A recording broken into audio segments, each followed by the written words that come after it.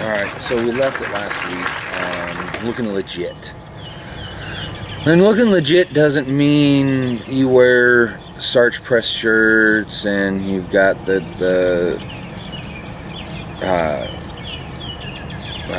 ironed work pants and you've got AC Delco banners, and that's not looking legit. Not entirely. I know shops that go all out with dress code and adorning their facility with all manner of banners and flashy trinkets to make them look legit.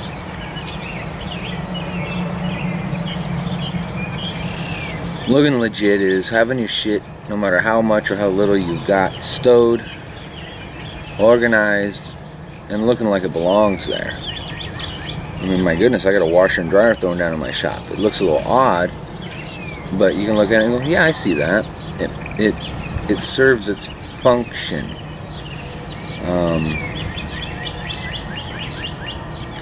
Not only with looking legit is you've got to sort out your resources, your strengths and weaknesses, and you have to be honest with yourself.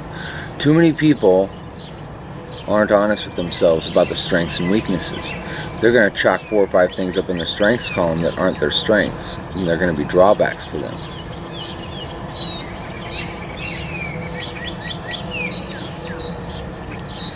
I'm not going to strike out towards sales, flipping cars. It's not my bag. I know I don't have the skill set to sell used cars, so that's out. We're going to focus on service. Our service is restoration, and we're moving that up, getting more and more involved, more and more full spectrum, I guess, to where we can build turnkey. There's things we don't do in-house, won't do in-house, we'll never do in-house. But we want to get to a point where we can establish full turnkey hot rods.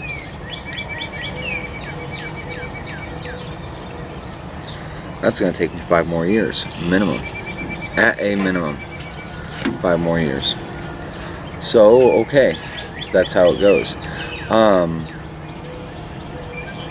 And then the other is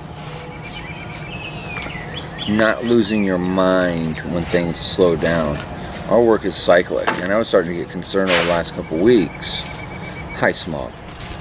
Over the last couple weeks because of the cyclic flow. Everybody was taxman rich for a couple weeks, and they didn't fix anything, they just bought new. Give it a couple months, and repos will be way up. Well, those repos will go back to these lots, and these lots will call us, because these people will beat the hell out of those cars that they can't afford. Consumer market. I don't understand it.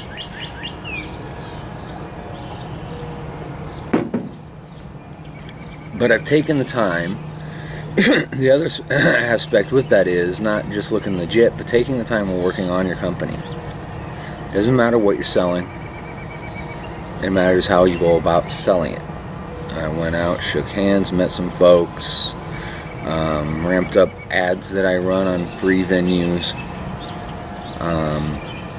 and set the guys out with poise and purpose, with substantial and specific goals and rewards.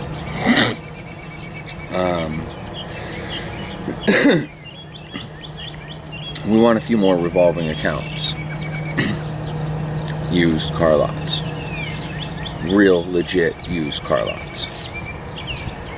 They're good accounts for us. And one aspect of why they're such good accounts for us is I've got one fellow that's very good at detailing out cars, but he's got some gaps in his understanding and knowledge that he needs to pick up on. Used car lot cars are great for that. I've got our youngest crew member, the one that's been with me the longest at this point, a year now, Isaiah. He's been thrown in kind of the gauntlet. He didn't ask for it, but he propelled himself to a position to earn more. Well, when you earn more, you're expected of more. What's expected of you is more. And he is delving in and learning bodywork, when I first started pushing him into body work, not just tear down and assembly and cleanup, but the actual factual, let's tear it apart, put it together, and knock the dents out and metal finish it and all that. I caught him one time, he started mudding over a dent. I'm like, oh, no. We scraped all that out, we ground it down, we couldn't get it from the back. Ground it down, stud pulled it. If we can get it from the back, we go behind it and tap it out. He's learning this. The last car he did for maybe 4 to 5 hours of hard grinding work took him 10 hours to do. It was black. It was a Jeep. It was a door, a quarter, and rocker panels that needed repaired. Mostly just knock some lumps out and make it straight again. I painted that truck black. It looked perfect. I couldn't tell where he'd been. Very proud of the young man. So, as I'm teaching these kids, these guys, new skill sets, because if I don't have to do the body work, I can focus on something else. If I don't have to do the welding, I can focus on something else. It alleviates the pressures on me. I don't have a shop full of helpers. Now I got a shop full of men with positions. Jason will help with tear down, final assembly, and then he'll clean them up and get them ready to go out the door. Isaiah, tear down, assembly, body work, get it ready for the booth.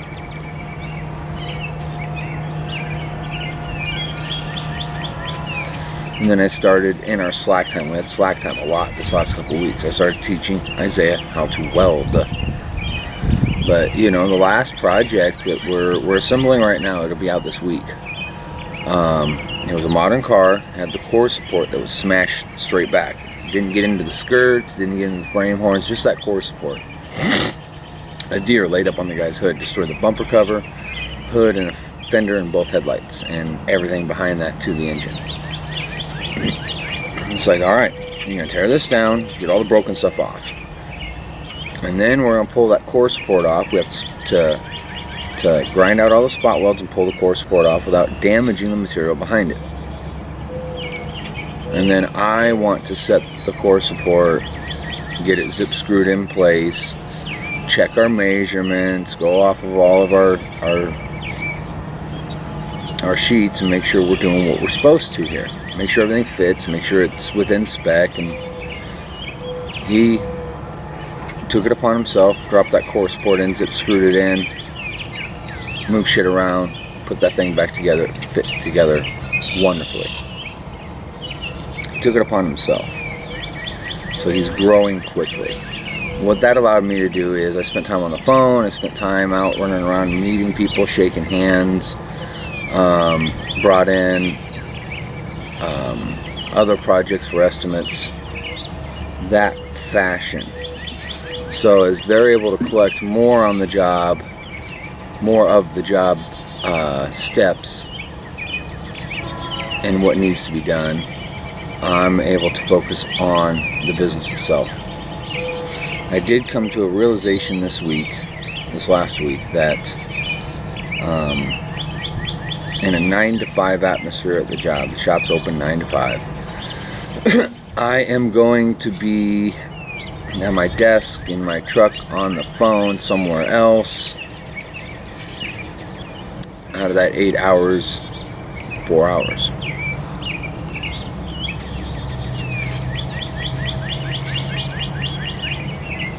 I have to be, to make the shop flow correctly and keep the work in there. The boys are killing me. They're tearing through work faster than I can provide it, which is fantastic, because that means we're beating heavily on the restorations that are behind as well.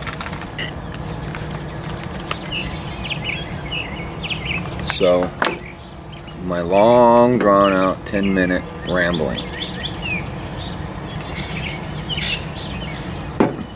You have to work on the business. If you're working 40 hours in the business, you have to work 40 hours on the business. And you don't get paid off of that, not right away. That's your risk reward. The guys have got to get paid exactly as stated. Payroll has to be made.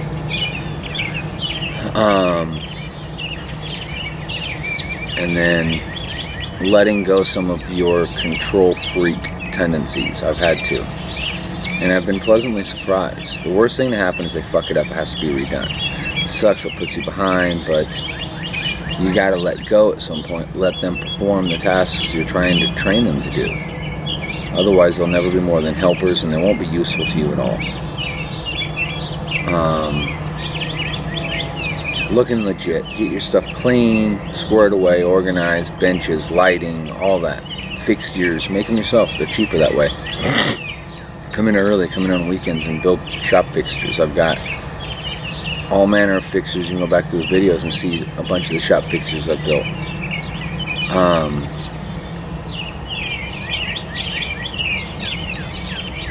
And then I've pushed some of our promotion off on the guys. I've given them real tangible goals to reach with real tangible substantial rewards. The one guy, the new guy, Jason, he's good at detailing. I understand he's a reasonable mechanic, shade tree mechanic. And he's picking up anything I throw at him very, very quickly. I show him once, he runs with it. He's a little bit older than me, and he wants to get in somewhere that isn't gonna fucking blind, which happens in many, many situations. Shops, businesses, stores, they're all the same. But he also has connections throughout the town with some of the car lots, some of the legit car lots. So I said, all right, Jason, check this out. And I'll leave you guys with this one. Chew on it, think of it, criticize me, whatever. So, all right, Jason, check this out. You know all these guys. You know these other car lot owners because you were doing detail work for them and so forth.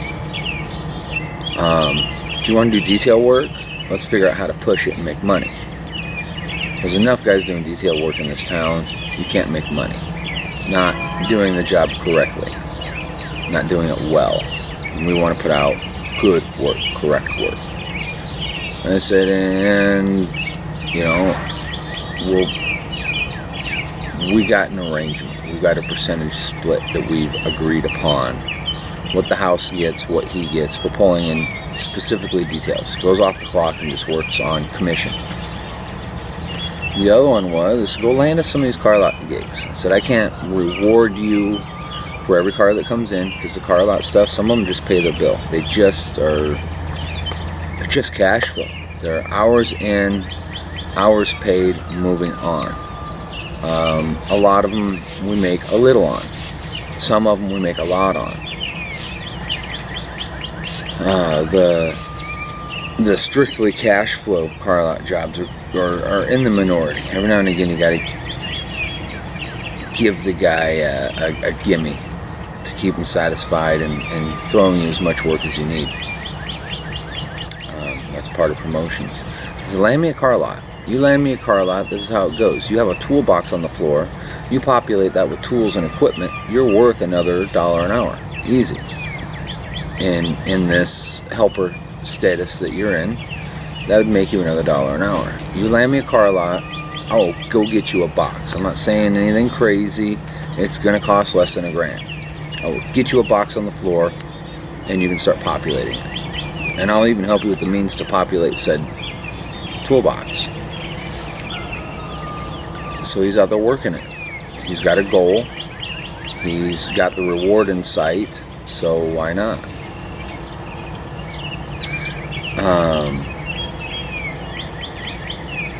Isaiah, I haven't figured him out yet. But he's young. He doesn't have hookups around town. So we're just going to keep having him work and help him out.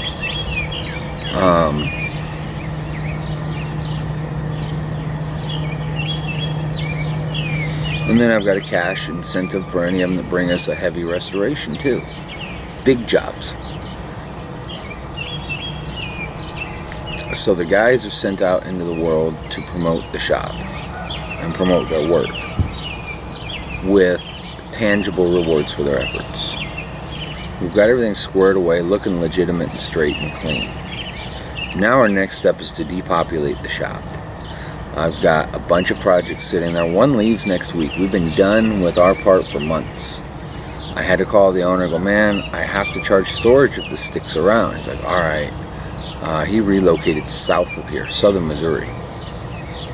It's like, all right, check this out. This is my last run for this company that I'm driving for. I'm going to come up and collect my truck. I'll go stuff it where I'm staying now, and it'll stay in storage probably another 10 years, whatever. I'm like, okie dokie. Whatever you got to do. Another one is going to go to a swap meet and try to get sold there. If not, it's going to come back. He's going to drop a chunk of cash more, a chunk more money, and we're going to proceed to get it through paint and assembly.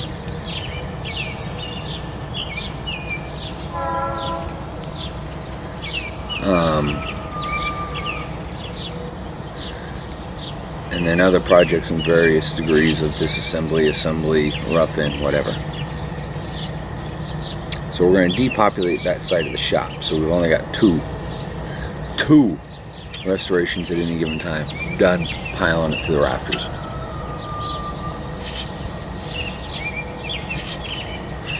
That's the status over here at Smith Welding and Restoration. That's my 2 cents worth on how to function in a dysfunctional society. And I'm no expert in business. I'm no guru when it comes to any of this, but I am an expert at surviving, at getting where I want to be. I write my goals down. I break them down into steps that are achievable, and I put a timeline on them. Go have fun, be merry. My baby girl turned 1 this morning, so I'm gonna go enjoy my 1-year-old's birthday with 2 of our 3 other babies and have family over and all that jazz. Until next time, go do something you're passionate about. Feed your soul. Feed your mind. It's not enough just to nourish the body.